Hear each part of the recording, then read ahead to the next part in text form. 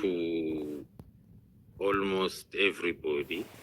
I met him when I came to Pretoria at a long time ago. He was here already.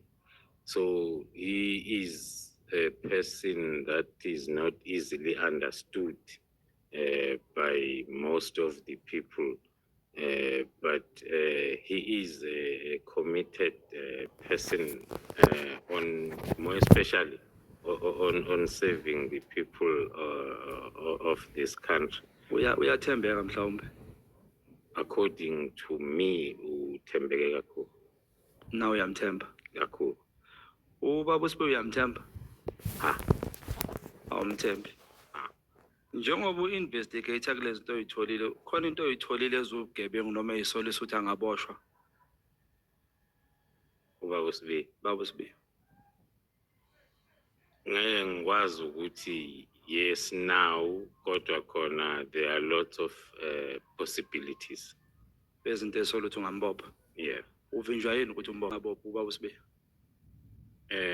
Ubaba Usibiya, like any other person who is subject of investigation, has to be arrested when the investigation is complete. We don't believe in investigating after arresting.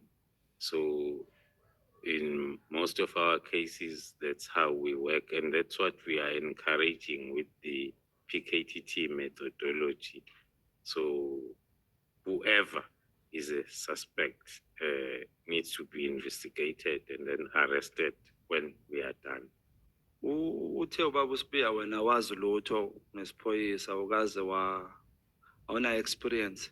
So ngifuna ukwazi ukuthi uphade yachi lo okubophile unolwazi ngaye mhlambe ne-experience yakhe.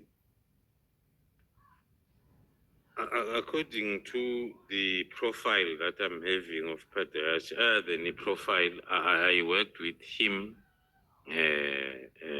when we were both at Crime Intelligence. I've never heard of him doing any investigation. I met him at Crime Intelligence. I left him at Crime Intelligence until then he went on pension or resigned, something like that. So that is what I know about him. So ngikwazi wakhakana experience? No, I don't. Because ubaba uNqoli yakubuza la ukuthi ubaba uMkhwanazi uthe ukuboshwa kwakho bekuyi-project.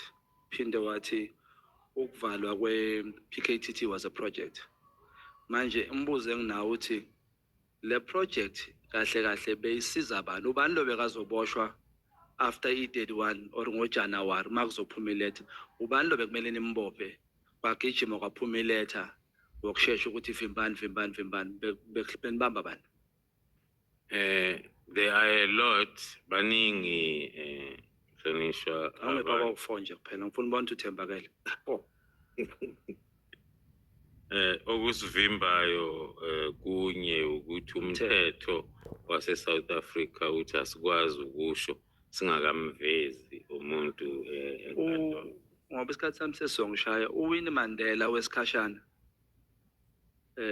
ukubophile. Point of order, Chair. Yes.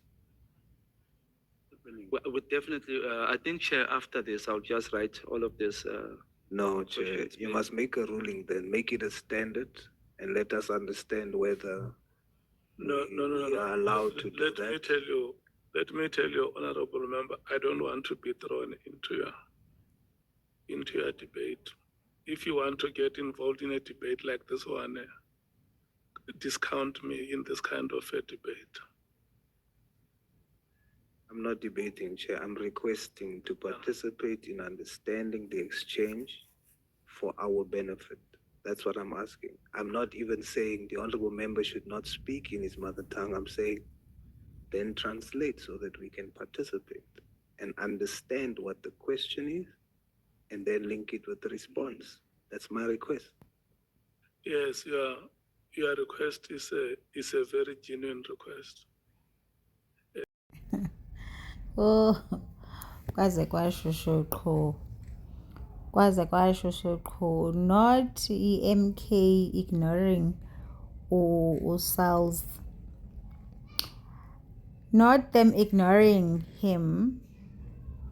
But why are they not having interpreters that are there genuinely to interpret for everyone? Because I have noticed that le language of no up. So what about people who does not even understand any language at all? But ke naye mos souls uyayithetha i-Afrikaans xa kefuna. Hayi sana kwaze kwashu. Hey, MK. Nangu ebuso general banba uyamthemba na umkhwanazi. Uyamthemba uSibiya.